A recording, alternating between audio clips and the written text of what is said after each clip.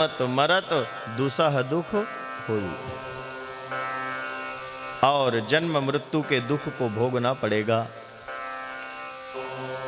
कई लोग कहते हैं महाराज ये तो पुनर्जन्म होता ही नहीं है और ये दुख की बात करते हो।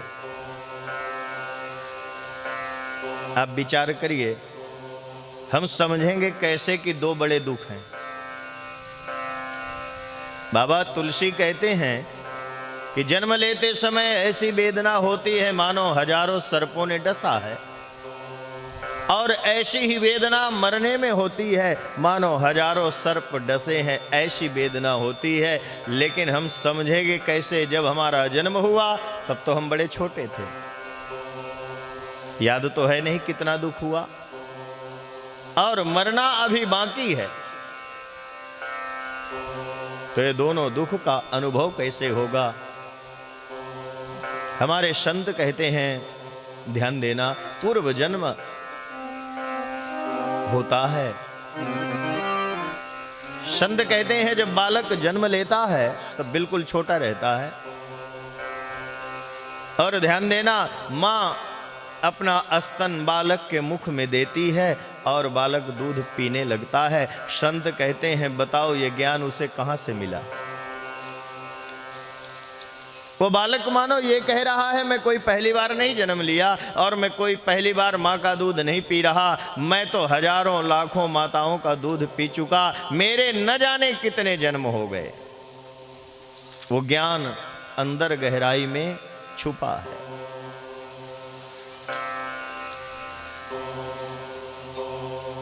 और वही जीवात्मा भगवान के चरणों में वंदना करता है, परमात्मा मुझे इस दुख से मुक्ति दिला, मैं तेरा भजन करूंगा। और ध्यान देना, एक मरने का दुख है। आप विचार करो, हर व्यक्ति मरने से डरता है कि नहीं? ऐसे तो कहेंगे कि इससे अच्छा तो मृत्यु आ जाए, लेकिन सामने आती है तो रूह कांप जाती है। हाँ?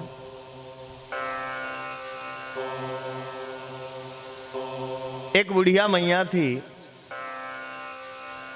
कोई संतान नहीं थी, पति भी गुजर गए थे। अब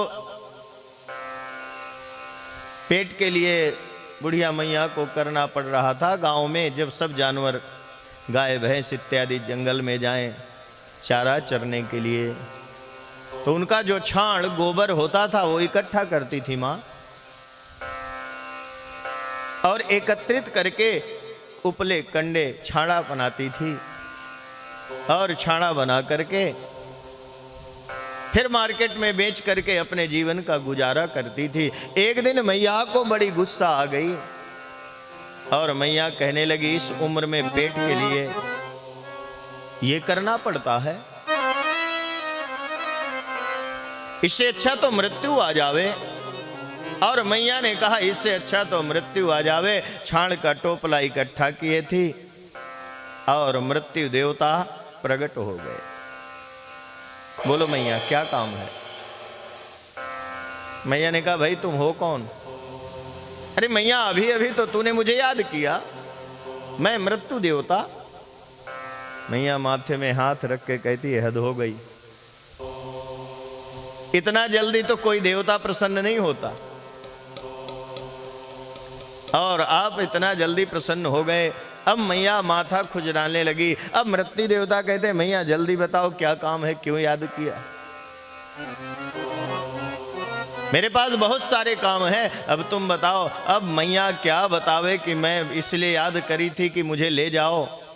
मृत्यु देवता सामने है। माँ कहने लगी, बुढ़िया मैया कहने लगी, बेटा मैं तुझे इसलिए याद किया ना, ये गोबर का टोपला, ये छाण का टोपला मुझे अकेली से उठता नहीं है, इसलिए ऐसा कर इसको माथे पे उठा दे। और मृत्यु देवता उस गोबर का छाण का टोपला बुढ़िया मैया के मस्तक पर रखे। बुढ़िया मैया ने कहा धन्यवाद, और वहां से मृत्यु देवता चले गए। जन्मत मरत दुसह दुख होई। जब मृत्यु सामने आती है तो हर व्यक्ति डर जाता है। आप विचार करिए डर क्यों लगता है? अरे कोई व्यक्ति यदि आग में जलते जलते बच जावे और फिर आग को देख के दूर से भगेगा तो समझ में बात आएगी कि एक बार आग में जलने की वेदना क्या होती है, इसे पता है।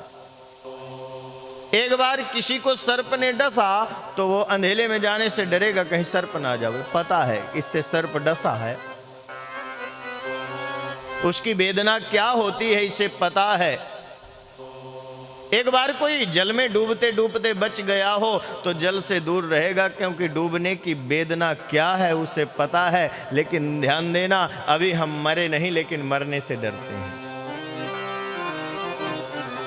हर व्यक्ति मरने से डरता है। ये जो अंदर डर है ना, यही प्रमाण है कि हम कोई पहली बार नहीं मर रहे हैं, न जाने हम कितनी बार मरे हैं। जो मरने की वेदना है वो हमें अंदर गहराई में छुपी है।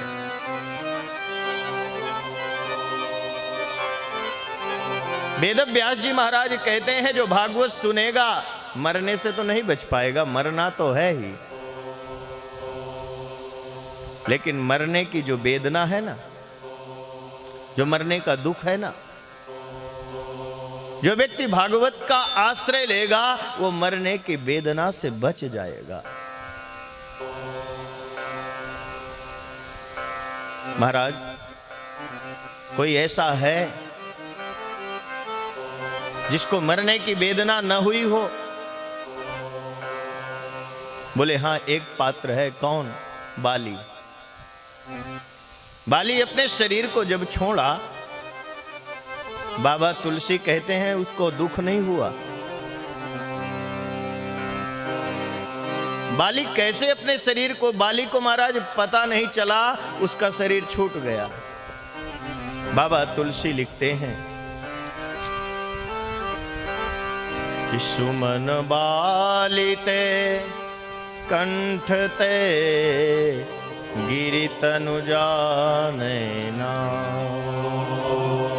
बाली के ऐसे शरीर छूटा जैसे हाथी के गले में यदि फूल की माला हो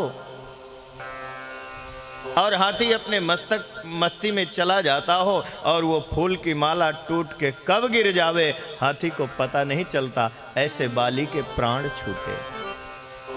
महाराज क्या उपाय किया था कि इस कारण प्राण छूटे? और जब कोई शरीर को छोड़ता है तो मलमूत्र का त्याग करता है। महाराज बाली ऐसा कौन सा उपाय किया? बाबा तुलसी कहते हैं कि राम चरण दृढ़ प्रीति करी। क्या किया है? कि राम चरण दृढ़ प्रीति करी, बाली कीन तन त्याग, सुमन माल जिमि कंठ ते, गिरत न जाने नाग। ऐसे बाली अपने प्राण को छोड़ा। एकमात्र परमात्मा राम के चरणों में दृढ़ प्रीति करके भगवान के चरणों का रसस्वादन करता हुआ अपने शरीर को छोड़ा तो ऐसे शरीर छूट गया जैसे हाथी के गले से फूल की माला निकल जाती है। यदि काल रूपी सर्प के ग्रास बने बैठे हैं आप सब और उसके त्रास से यदि बचना चाहते हैं तो प्यारे भागवत की शरण लें। अपने मति का विवाह